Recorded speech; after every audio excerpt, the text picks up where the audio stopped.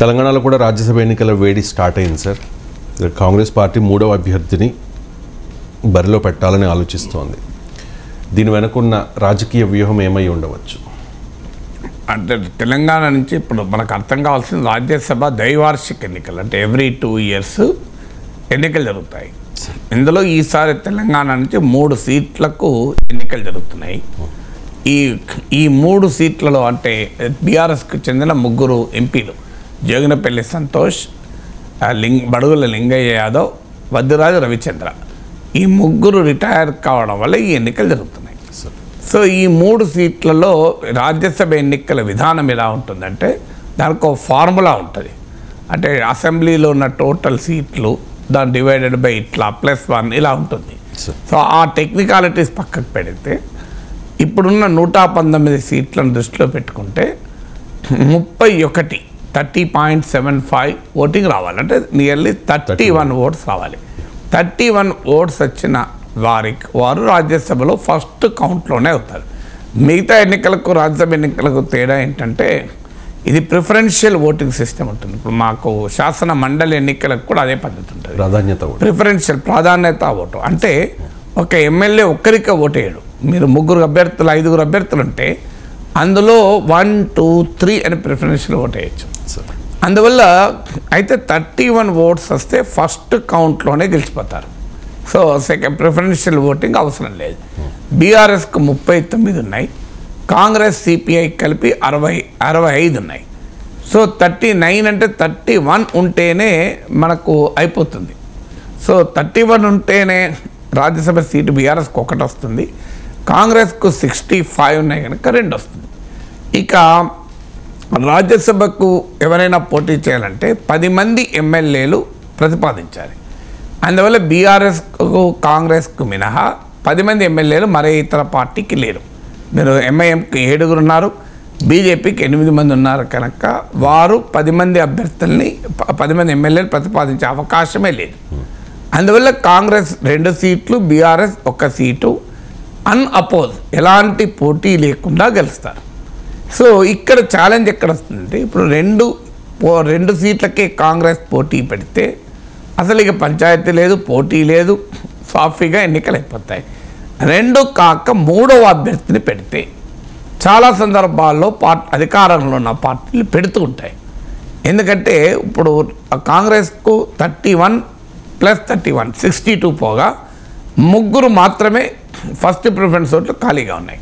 ఎందుకంటే వాళ్ళు 65 ఉన్నాయి కనుక ఈ 3 కాక 65 సెకండ్ ప్రిఫరెన్స్ ఓట్లు కూడా ఉంటాయి. బీఆర్ఎస్కు 31 పోగా 8 ఇంకా ఖాళీ ఉంటాయి. సో ఫస్ట్ మిగతా సెకండ్ ప్రిఫరెన్స్ ఓట్లు ఉంటాయి. మరి కాంగ్రెస్ 3వ అభ్యర్థిని ఎలా పెడుతుంది అంటే ఫస్ట్ ప్రిఫరెన్స్ ఓట్లు కాంగ్రెస్కు 3 ఉంటే ఎక్స్ట్రా సర్ప్లస్ మిగులు, బీఆర్ఎస్కు 8 ఉన్నాయి. నేను ఇంకా ఎంఐఎం బీఆర్ఎస్ మధ్య ఉన్న పొత్తు గురించి చెప్పడం లేదు. మరి ఏ రకంగా చూసినా కాంగ్రెస్ 3వ అభ్యర్థి గెలవటానికి అవకాశం లేదు. మరి ఎందుకు పెడుతున్నారు అన్నది ఇక్కడ కీలకం. అందువల్ల 3వ అభ్యర్థి పెట్టడం అంటేనే తెలంగాణ రాజకీయాల్లో పెను ప్రకంపనలకు ఆస్కారం ఉంది అని అర్థమవుతుంది. అంటే బీఆర్ఎస్కు చెందినటువంటి ఎమ్మెల్యేలు క్రాస్ ఓటింగ్ వేస్తారని నమ్మకం ఉంటేనే కాంగ్రెస్ 3వ అభ్యర్థిని పెడుతుంది.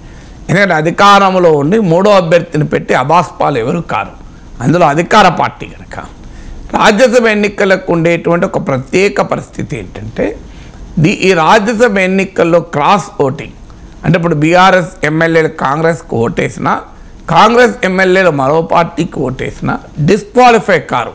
ఎందుకంటే రాజ్యసభ ఎన్నికలకు విప్ ఉండదు. సో రాజ్యసభ ఎన్నికలకు విప్ ఉండదు కనుక, విప్ను ఉల్లంఘించడం ఉండదు కనుక డిస్క్వాలిఫికేషన్ అనర్హులుగా ప్రకటించడం ఉండదు. అందువల్ల క్రాస్ ఓటింగ్ చేసిన ఎమ్మెల్యేలు కూడా క్రాస్ ఓటింగ్ చేసిన వారికి ఫిరాయింపు నిరోధక చట్టం వర్తించదు. కానీ రూల్ ఏంటంటే రాజ్యసభ ఎన్నికల్లో ఓటు వేసే ఎమ్మెల్యే తమ పార్టీ ఏజెంట్కు చూపెట్టి ఓటేయాలి. అంటే అర్థం ఏంటి? సీక్రెట్ ఓటింగ్ అంటారా? పూర్తిగా సీక్రెట్ ఓటింగ్ కాదు, సెమీ సీక్రెట్ ఓటింగ్. మిగతా ఎవరికి చూపెట్టినా అది ఇన్వాలిడ్ అవుతుంది. తమ పార్టీ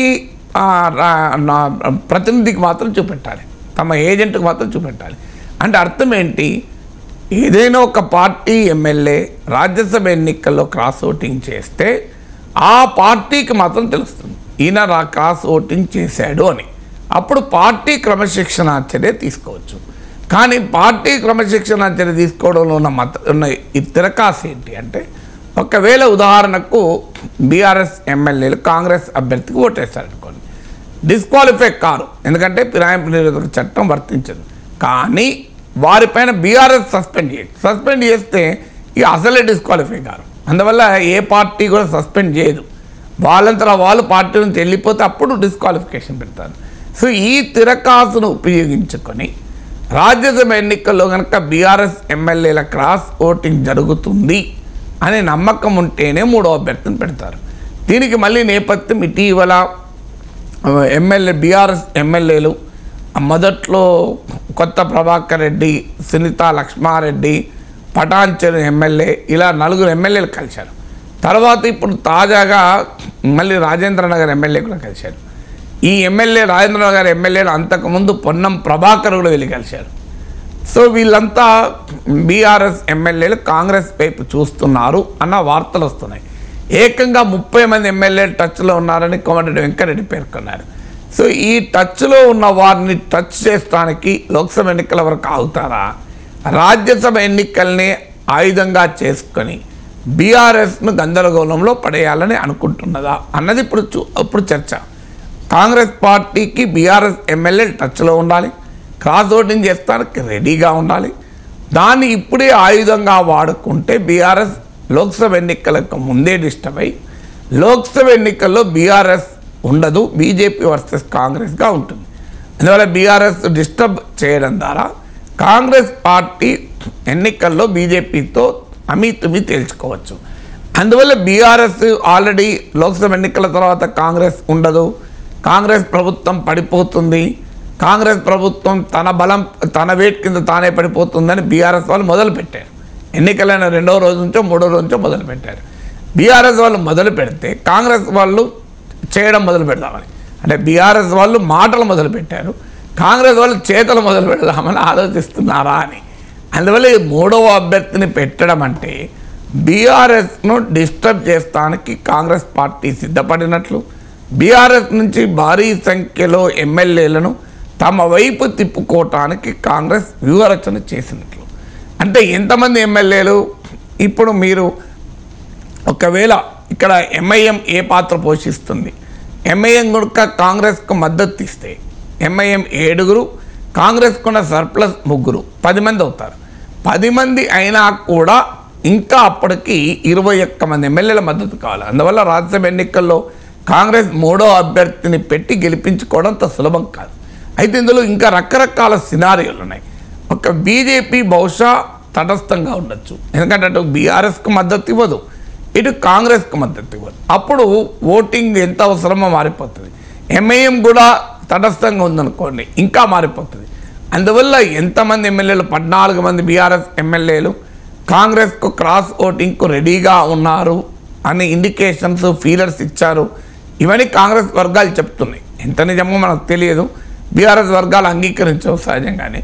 అందువల్ల కాంగ్రెస్ పార్టీ 3వ అభ్యర్థిని పెడుతుంది అని కనుక తెలిస్తే అది తెలంగాణ రాజకీయాల్లో పెను ప్రకంపనలకు ఆస్కారం ఉంది అని అర్థమవుతుంది. బీఆర్ఎస్ ఎమ్మెల్యేలు క్రాస్ ఓటింగ్ చేయబోతున్నారు అని అలాంటి నమ్మకం ఉంటేనే అధికార పార్టీ పెడుతుంది, లేకపోతే పెట్టి ఘోరంగా ఓడిపోయి అబాస్ పలకాలి కదా. అందువల్ల ఇప్పుడు రాష్ట్ర రాజకీయాల్లో అత్యంత చర్చనీయాంశంగా మారింది కాంగ్రెస్ 3వ అభ్యర్థిని పెడుతుందా, పెడితే బీఆర్ఎస్ ఎమ్మెల్యేలు ఎంతమంది క్రాస్ ఓటింగ్ చేస్తారు, ఆ క్రాస్ ఓటింగ్ జరిగితే బీఆర్ఎస్ పరిస్థితి ఏంటి, దీని ప్రభావం లోక్సభ ఎన్నికల్లో ఎలా ఉంటుంది అనేది ఇప్పుడు పెద్ద చర్చనీయాంశంగా ముందుకొచ్చింది. అందువల్ల అందరి దృష్టి కాంగ్రెస్ పార్టీ 2నే పెడుతుందా, 3వ అభ్యర్థిని పెడుతుందా అనే దానిపై ఉంది. Right sir.